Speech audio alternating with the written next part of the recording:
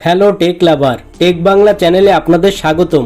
আজকে আমরা কথা বলবো নতুন পোকো M7 Pro নিয়ে। ফোনটা আসলে কতটা পাওয়ারফুল, ক্যামেরায় নতুন কি ফিচার থাকছে, আর পারফরমেন্স কেমন, সবকিছুই আজকে আপনাদের সামনে বলবো, তাই ভিডিওটা শেষ পর্যন্ত অবশ্যই দেখবেন। ডিজাইন ও ডিসপ্লে।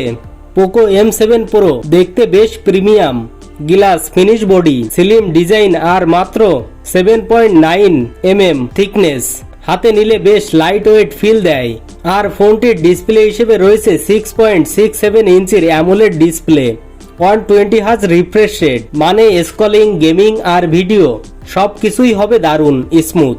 কালার রিপ্রোডাকশন আগের জেনারেশনের চেয়ে অনেক শার্প। প্রসেসর ও পারফরমেন্স। ফোনটিতে ব্যবহার করা হয়েছে MediaTek ডায়মন্ডসিটি 7025 ultra chipset.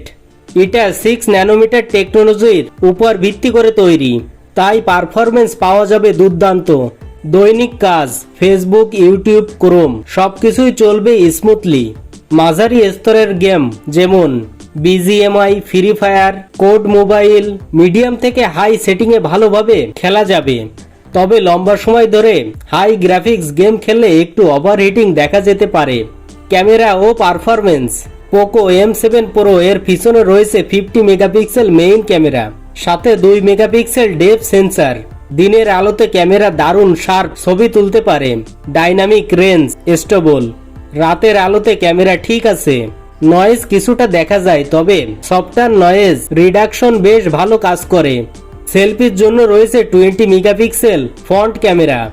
Video call, TikTok, blog সবকিছুতেই ভালো কাজ করবে। ব্যাটারি ও চার্জিং। ব্যাটারি সেকশনে রয়েছে 5100 mAh এর ব্যাটারি, সাথে 45 ওয়াটের ফাস্ট চার্জার। ফুল চার্জে একটা দিন সহজেই ব্যবহার করা যাবে। চার্জিং স্পিড বেশ দ্রুত হয়। ভালো দিক। এই ফোনের সবথেকে ভালো দিকগুলো হলো 120 hertz AMOLED display, smooth performance, ভালো daylight camera, big battery plus fast charger. দাম অনুযায়ী দারুণ ভ্যালু ফর মানি। খারাপ দিক কিছু কমতিও রয়েছে এই ফোনটাতে। নাইট মোড ক্যামেরার ক্ষেত্রে একটু পিছিয়েই থাকবে এই ফোনটি। হাই গ্রাফিক্সে গেম খেললে ওভারহিটিং। ফোনটিতে আল্ট্রা ওয়াইড অ্যাঙ্গেল ক্যামেরা নেই। কারা কিনবেন এই ফোনটি? যারা 20 থেকে 25 হাজার টাকার মধ্যে একটি প্রিমিয়াম লুকিং, স্মুথ ডিসপ্লে এবং ভালো পারফরমেন্স ফোন চান, তাদের জন্য পোকো M7 Pro খুবই ভালো অপশন। তবে যারা হেভি গেমার বা খুব শক্তিশালী নাইট ক্যামেরা চান, তাদের জন্য অন্য অপশন ভালো হবে। এটাই ছিল পোকো M7 Pro নিয়ে আজকের ভিডিও। ভিডিওটি ভালো লাগলে লাইক দিন, শেয়ার করুন এবং টেক চ্যানেলটি সাবস্ক্রাইব করতে ভুলবেন না। দেখা হবে পরের ভিডিওতে। ধন্যবাদ।